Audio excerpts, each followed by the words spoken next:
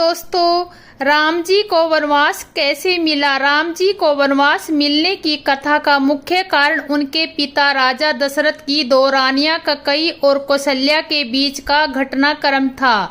कहानी के अनुसार राजा दशरथ ने अपनी दूसरी रानी कैकेयी को एक समय युद्ध में बचाया था और कैकेयी ने उस समय राजा दशरथ से 2 वरदान मांगने का वादा रखा था, जिसे दशरथ से मान लिया था। जब राम का राज्याभिषेक तय हुआ तब मंथरा नाम की एक दासी ने कैकेयी को समझाया कि यदि राम राजा बनेंगे तो उनके पुत्र भरत को सिंहासन नहीं मिलेगा। मंथरा के कहने पर कैकेयी ने दशरथ को अपने दोनों वरदान मांगने का निश्चय किया। उसने पहले वरदान में अपने पुत्र भरत के लिए अयोध्या का राज्य मांगा और दूसरे वरदान में राम को 14 वर्षों का वनवास। राजा दशरथ अपने वचनों के प्रति दृढ़ थे और उन्होंने दुखी होते हुए भी कैकेयी के वरदानों को पूरा किया। राम ने भी अपने पिता की आज्ञा का पालन करते हुए स्वयं ही वनवास जाने का निर्णय लिया, क्योंकि वे धर्म और कर्तव्य के प्रति निष्ठावान थे। लक्ष्मण और सीता भी उनके साथ वनवास में जाने के लिए तैयार हुए। इस तरह राम को मिला और वनवास मिला और यही कथा रामायण का मुख्य आधार बनी। श्री राम जी का वन जाना सुनकर भरत जी को पिता का मरण भूल गया और हृदय में इस सारे अनर्थ का कारण अपने को ही जानकर वे मौन होकर स्तंभित रह गए, अर्थात उनकी बोली बंद हो गई और वे सुने हो गए। पुत्र को व्याकुल देखकर कैकेयी समझाने लगी, जैसे जले पर नमक छिड़क रही हो। वह बोली, हे तात, राजा विचार करने योग्य नहीं है। उन्होंने पुण्य और यश कमाकर उसका पर्याप्त भोग किया है। जीवन काल में उन्होंने जन्म लेने के संपूर्ण फल पा लिए और अंत में वे इंद्रलोक को चले गए। ऐसा विचार कर छोड़ दो और समाज सहित नगर जाकर राज्य करूं। राजकुमार भरत जी यह सुनकर बहुत ही सहम गए, मानो पके घाव पर अंगार छू गया हो। उन्होंने धीरज धरकर बड़ी लंबी सांस लेते हुए कहा, पापनी, तूने सभी प्रकार के से कुल को नाश कर दिया है। हाय, यदि तेरी ऐसी ही अत्यंत बुरी रुचि, दुष्ट इच्छा थी तो तूने जन्म से ही मुझे मार क्यों नहीं दिया। तूने पेड़ को काटकर पत्ते को सींचा है और मछली के जीने के लिए पानी को उछल डाला, अर्थात मेरा हित करके क्या उल्टा तूने अहित कर डाला। मुझे सूर्यवंश सावंश दशरथ जी सरीखे पिता और राम लक्ष्मण के भाई मिले, पर हे जननी, मुझे जन्म देने वाली माता तू हुई। क्या किया जाए, विधाता से कुछ भी वंश नहीं चलता। अरे कुमती, जब तूने हृदय में यह बुरा विचार निश्चय ठाना, उसी क्षण मेरे हृदय के टुकड़े टुकड़े क्यों न हो गए। वरदान मांगते समय तेरे मन में कुछ भी पीड़ा नहीं हुई, तेरी जीभ गल नहीं गई, तेरे मुंह में कीड़े क्यों नहीं पड़े।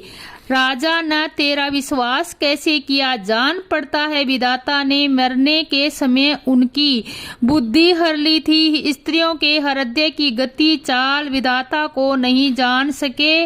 वह संपूर्ण कपट, पाप और अवगुणों की खान है। फिर राजा तो सीधे सुशील और धर्मपरायण थे, वे भला स्त्री स्वभाव को कैसे जानते। अरे जगत के जीव जंतुओं में ऐसा कौन है जिसे श्री रघुनाथ जी प्राणों के समान प्यारे नहीं हैं। वे श्री राम जी को भी तुझे अहित हो गए, बैरी लगे। तू कौन है, मुझे सच सच कह, तू जो है सो है। अब मुंह में स्याही पोतकर मुंह काला करके उठकर मेरी आंखों की ओट में जा बैठ।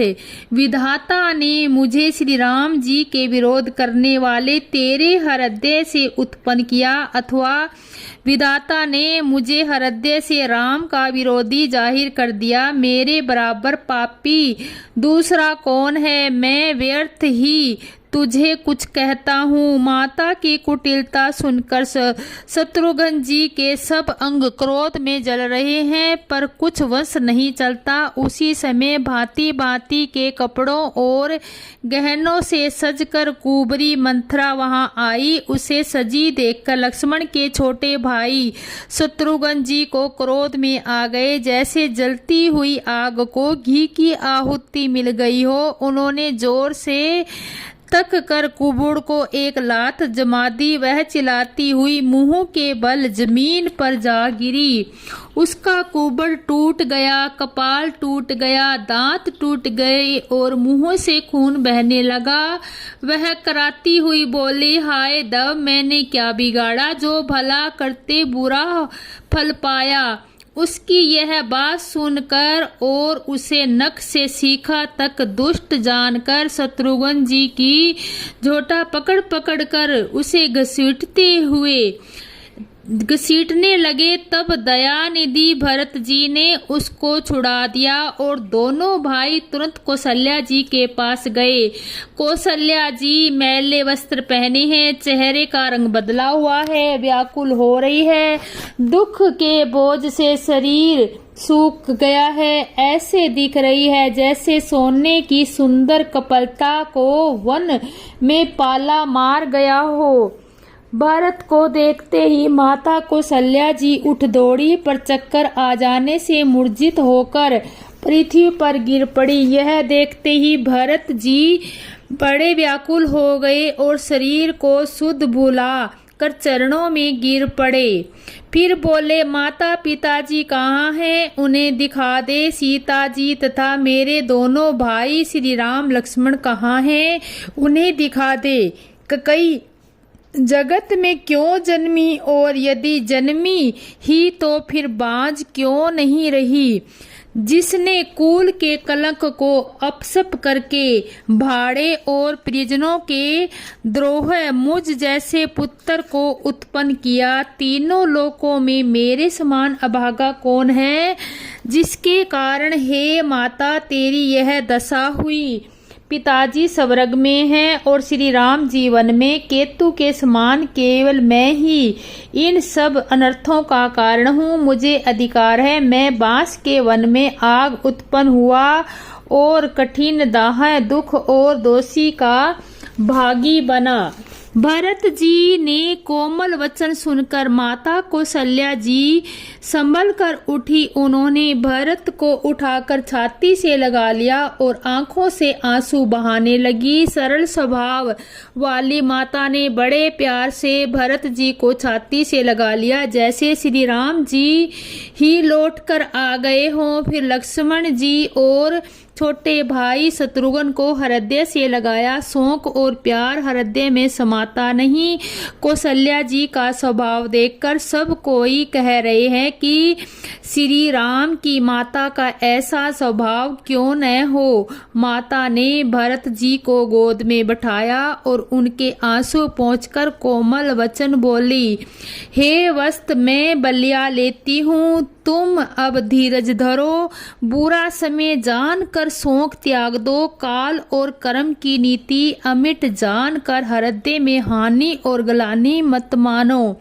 हे तात, किसी को दोष मत दो। विधाता मुझको सब प्रकार से उल्टा हो गया है। जो इतने दुख पर भी मुझे जिला रहा है, वह भी कौन जानता है मुझे क्या भा रहा है।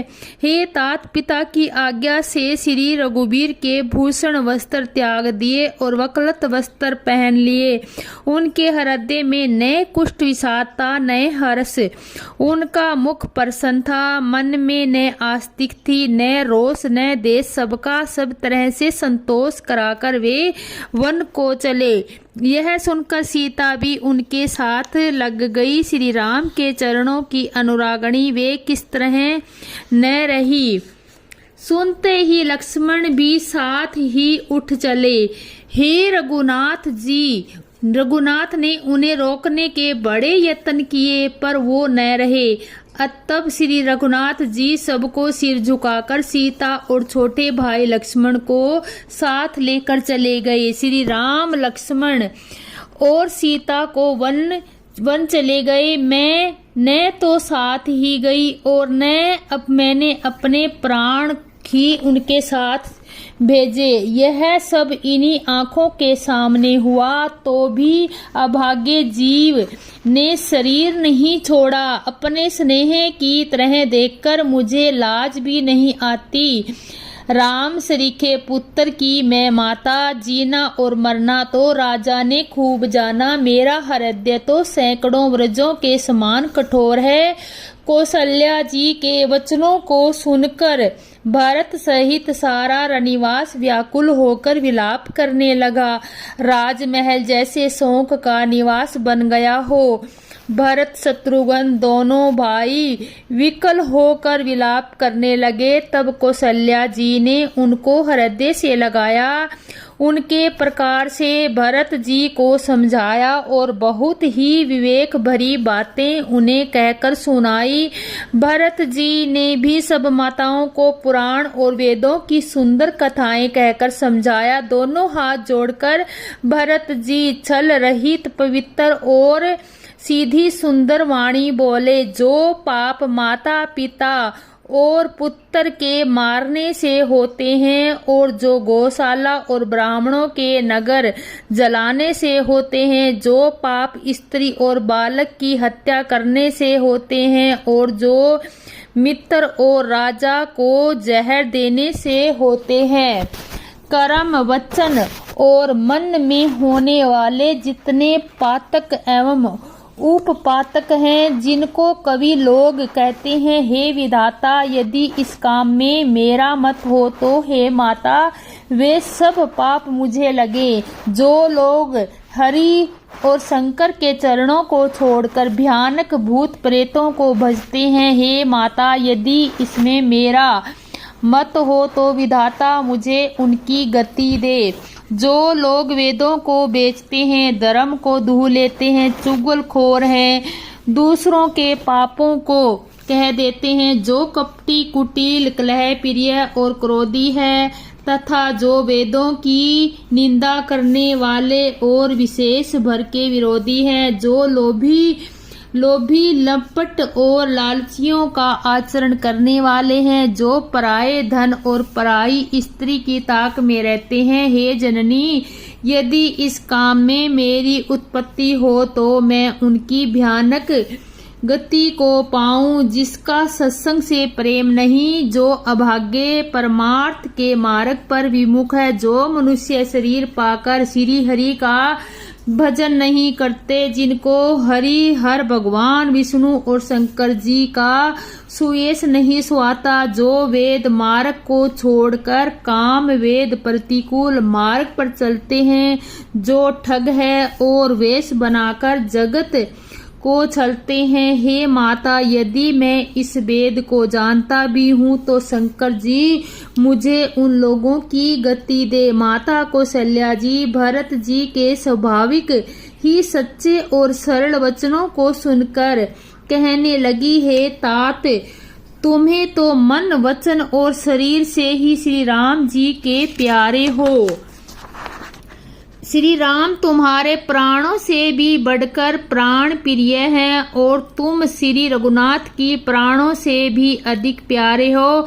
चंद्रमा चाहे विष चुकाने लगे और पाला आग बरसाने लगे, जलचर जीव जल से विरहत हो जाए और ज्ञान हो जाने पर भी चाहे मोह न मिटे, पर तुम श्री रामचंद्र जी के प्रतिकूल कभी नहीं हो सकते। इसमें तुम्हारी संपत्ति है। जगत में कोई ऐसा कहते हैं वे संपन्न में भी सुख और शुभ गति नहीं पाएंगे। ऐसा कहकर माता कौशल्या ने भरत जी को हृदय से लगा लिया। उनके संतनों से दूध बहने लगा और आंखों में परमेश्वरालु जल छा गया। इस प्रकार बहुत विलाप करते हुए सारी रात बैठे बैठे ही गुजार दी। तम वामदेव जी और वरिष्ठ जी आए उन्होंने सब मंत्रियों तथा महाजनों को बुलाया और फिर मुनि वरिष्ठ जी ने परमार्थ के सुंदर समयानुकूल वचन कहकर बहुत प्रकार से भरत जी को उपदेश दिया। वरिष्ठ जी ने कहा, हे तात, हृदय में धीरज धरो और आज जिस कार्य के करने का मौका है उसे करो। गुरु जी के वचन सुनकर भरत जी उठे और उन्होंने सब तैयारी करने के लिए कहा। वेदों में बताई विधि से राजा की देह का स्नान कराया और परम विचित्र विमान बनाया। भरत जी ने सब माताओं को चरण पकड़ कर रखा, अर्थात प्रार्थना करके उनको सती होने से रोक लिया। वे रानियां भी राम के दर्शन की अभिलाषा में रह गई।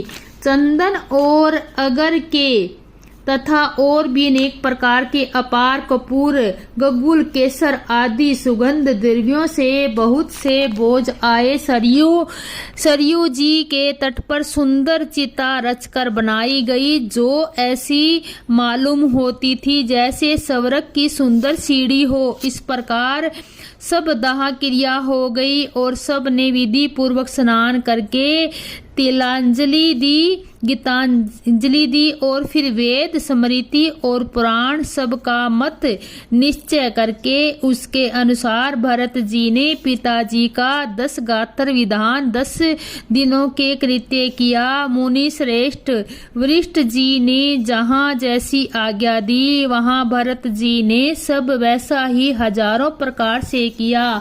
शुद्ध हो जाने पर सब दान दिए। गोए तथा घोड़े, हाथी आदि अनेक प्रकार की सवारियां, सिंहासन, गहने, कपड़े, अन्न, पृथ्वी, धन और मकान भरत जी ने दिए। भूदेव ब्राह्मण दान पाकर परिपूर्ण काम हो गए। पिताजी के लिए भरत जी ने जैसी करनी की वह लाखों मुखों से भी वर्णन नहीं की जा सकती।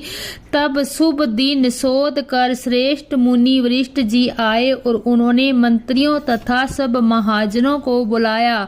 सब लोग राजसभा में जाकर बैठ गए। तब मुनि ने भरत जी तथा शत्रुघ्न जी दोनों भाइयों को बुलावा भेजा। भरत जी को वरिष्ठ जी ने अपने पास बिठा लिया और नीति तथा धर्म से भरे हुए वचन कहे। पहले तो कई ने जैसी कुटिल करनी की थी, श्रेष्ठ मुनि ने वह सारी कथा कही। फिर राजा के धर्म, व्रत और सत्य की सराहना की, जिन्होंने शरीर त्याग कर प्रेम को निभाया।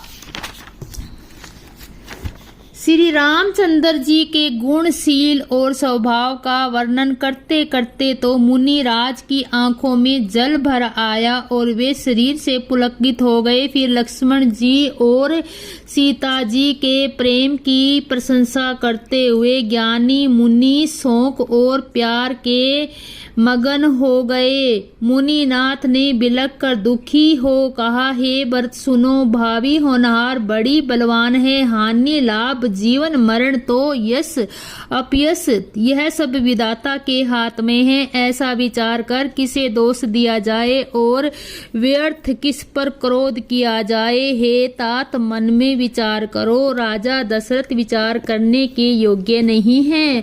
सोच उस ब्राह्मण का करना चाहिए जो वेद नहीं जानता और जो अपना धर्म छोड़कर विषय भोग में ही लीन रहता है। उस राजा का विचार करना चाहिए जो नीति नहीं जानता और जिसको प्रजा प्राणों के समान प्यारी नहीं है।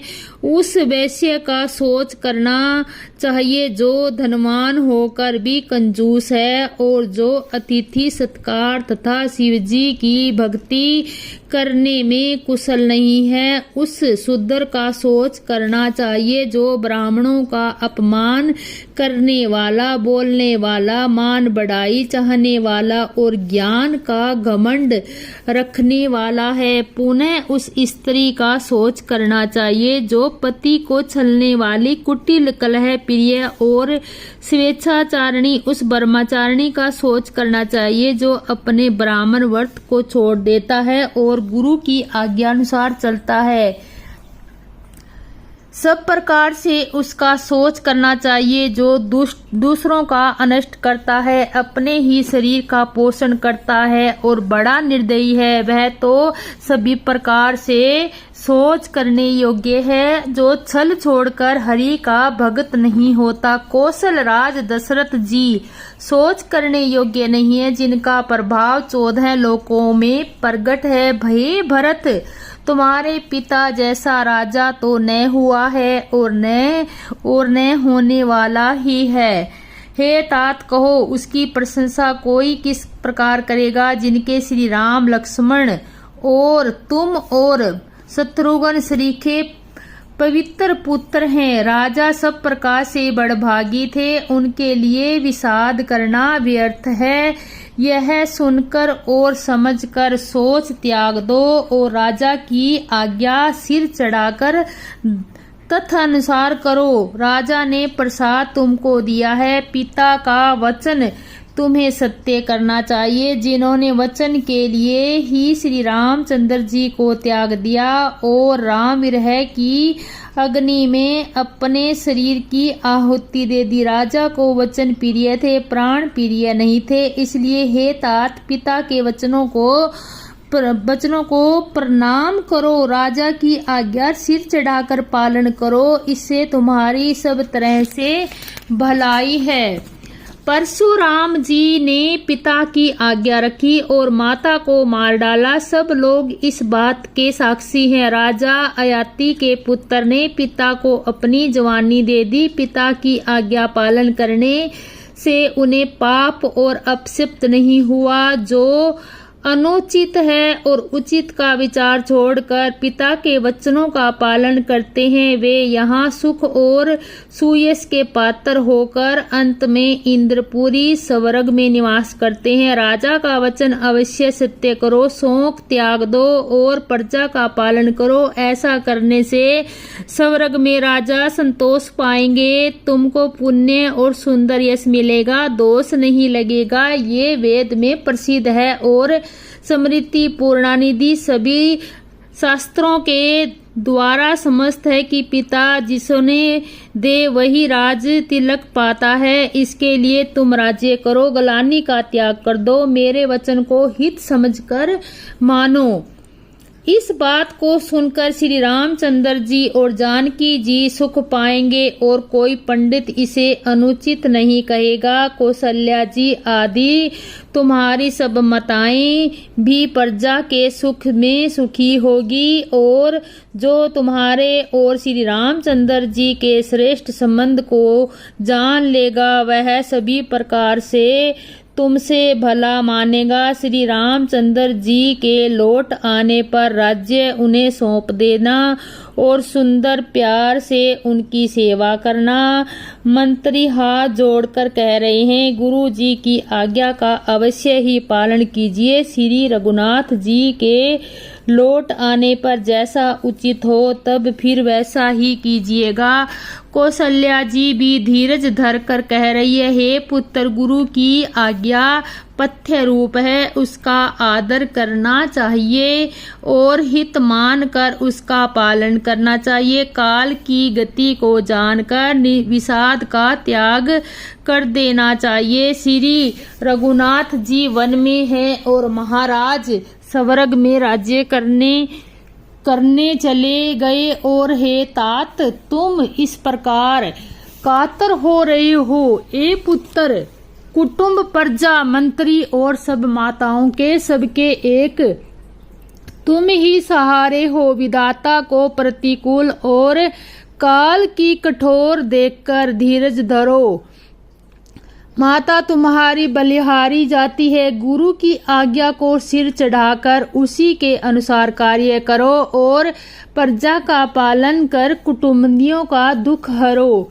भरत जी के गुरु के वचनों और मंत्रियों के अभिवंदन अनुमोदक को सुना तो उनके हृदय के लिए मानो चंदन के समान शीतल थे। फिर उन्होंने शील, प्यार और सरलता के रस में सनी हुई माता कौशल्या की कोमल वाणी सुनी सरलता के रस में सनी हुई माता की वाणी सुनकर भरत जी व्याकुल हो गए। उनके नेत्र कमल जल आंसू बहाकर हृदय में विरह रूपी नवीन अंकुर को सींचने लगे। उनकी वह हालत देखकर उस समय सबको अपने शरीर की सुध भूल गई। तुलसीदास कहते हैं, स्वाभाविक प्रेम की सीमा श्री भरत जी की सब लोग आदर पूर्वक सराहना करने लगे। धैर्य की धुरी को धारण करने वाले भरत जी धीरज धरकर कमल के समान हाथों को जोड़कर वचनों को मानो अमृत में डुबाकर सबको उचित कर देने लगे। और आगे सुनते रहिए। गुरु जी ने मुझे सुंदर उपदेश दिया। प्रजा मंत्री आदि सभी की यही सहमत है। माता ने भी उचित समय समझ कर ही आज्ञा दी और मैं भी अवश्य उसको सिर चढ़ाकर वैसा ही करना चाहता हूँ, क्योंकि गुरु पिता माता स्वामी और सुदह मित्र की वाणी सुनकर प्रसन्न मन से उसे अच्छी समझ कर करना मानना चाहिए। उचित अनुचित का विचार करने से धर्म जाता है और सिर का पाप का भार बढ़ता है। आप तो मुझे वही सरल शिक्षा दे रहे हैं जिसने आचरण करने में मेरा भला हो। यद्यपि मैं इस बात को अच्छी तरह समझता हूँ, यद्यपि मेरे हृदय को संतोष नहीं होता। अब आप लोग मेरी प्रार्थना सुन लीजिए और मेरी योग्यता के अनुसार मुझे शिक्षा दीजिए। मैं उत्तर दे रहा हूँ, यह अपराध क्षमा कीजिए। साधु पुरुष दुखी मनुष्य के दोष गुणों को नहीं गिनते। पिताजी स्वर्ग में है, श्री सीता राम जी वन में है और मुझे आप राज्य करने के लिए कह रहे हैं। इसमें आप मेरा कल्याण समझते हैं या अपना कोई बड़ा काम? मेरा कल्याण तो सीतापति श्री राम जी की चाकरी में है, सो उसे माता की कुटिलता ने छीन लिया। मैंने अपने मन में अनुमान लगा करके देख लिया कि दूसरे किसी उपाय से मेरा कल्याण नहीं है। यह शोक का समुदाय राज्य लक्ष्मण श्री राम जी और सीता जी के चरणों को देखें, बिना किसी गिनती में इसका मूल्य है। सभी कपड़ों के बिना गहनों का बोझ व्यर्थ है, वैराग्य के बिना ब्रह्मचारी व्यर्थ है, रोगी शरीर के लिए विभिन्न प्रकार के भोग व्यर्थ है, श्री हरि की भक्ति के बिना जप और योग व्यर्थ है, जीव के बिना सुंदर देह व्यर्थ है। वैसे ही श्री रघुनाथ जी के बिना मेरा सब कुछ व्यर्थ है। मुझे आज्ञा दीजिए मैं श्री राम जी के पास जाऊं। एक ही आंख निश्चय पूर्वक मेरा हित इसी में है और मुझे राजा बनाकर आप अपना भला चाहते हैं। यह भी आप प्रेम की जड़ता मोह के वश होकर ही कह रहे हैं। ककई के पुत्र कुटिल बुद्धि राम विमुख और निर्जल मुझ से अधम के राज्य से आप मोह के वंश को ही कर सुखी चाहते हैं। मैं सत्य कहता हूँ, आप सब सुनकर विश्वास करें, धर्मशील को ही राजा होना चाहिए। आप मुझे हट करके ज्यों ही राज्य देंगे त्यों ही पृथ्वी पाताल में धस जाएगी। मेरे समान पापों का घर कौन होगा, जिसके कारण सीता जी और श्री राम जी का वनवास हुआ। राजा ने श्री राम जी को वन दिया और उनके बिछुड़ते ही सभी स्वर्ग को गमन किया। और मैं दुष्ट जो सारे अनर्थों का कारण हो सावास में बैठा सब बातें सुन रहा हूँ। श्री रघुनाथ जी से सहित घर को देखकर और जगत का उपवास सहकर भी ये प्राण बने हुए हैं। इसका यही कारण है कि ये प्राण श्री राम रूपी पवित्र विषय रस में आस्था नहीं, ये लालची भूमि और भोगों के ही भूखे हैं। मैं अपने हृदय की कठोरता कहाँ तक कहूँ। जिसमें वृज का भी तिरस्कार करके प्रसन्नता पाई। कारण से कार्य कठिन होता ही है, इसमें मेरा दोष नहीं। हड्डी से वृज और पत्थर ने लोहा भयानक और कठोर होता है। ककई से उत्पन्न देह प्यार करने वाले पामर प्राण बेर पेट अभाग्य अब प्रिय के वियोग में भी मुझे प्राण प्रिय लग रहे हैं। तब अभी आगे मैं और भी बहुत कुछ सुनूंगा। लक्ष्मण श्री राम जी और सीता जी को वन दिया, स्वर्ग भेजकर पति का कल्याण किया, समय विधवापन और अपशप लिया, प्रजा को शोक संताप दिया और मुझे सुख सुंदर यश और उत्तम राज्य दिया। ककई ने सभी का काम बना दिया, इसमें अच्छा अब मेरे लिए और क्या होगा। उस पर भी आप लोग मुझे राज तिलक देने को कहते हैं। ककई के पेट में जगत में जन्म लेकर यह मेरे लिए कुछ भी अनुचित नहीं है। मेरी सब बात तो विधाता ने ही बना दी, उसमें प्रजा और पंच आप लोग क्यों मदद कर रहे हो। जिसे कुरह लगे हो फिर वो वायु रोग से पीड़ित हो, उसी को उस बिच्छू डंक लेता मार दे। उसको यदि मंदिरा पिलाई जाए तो कहिए कैसा इलाज है। ककई के लड़के के लिए जगत में जो कुछ योग्य था चतुर विधाता ने मुझे वही दिया, परंतु दशरथ जी का पुत्र और राम का छोटा भाई होने की प्रशंसा मुझे विधाता ने व्यर्थ ही दी।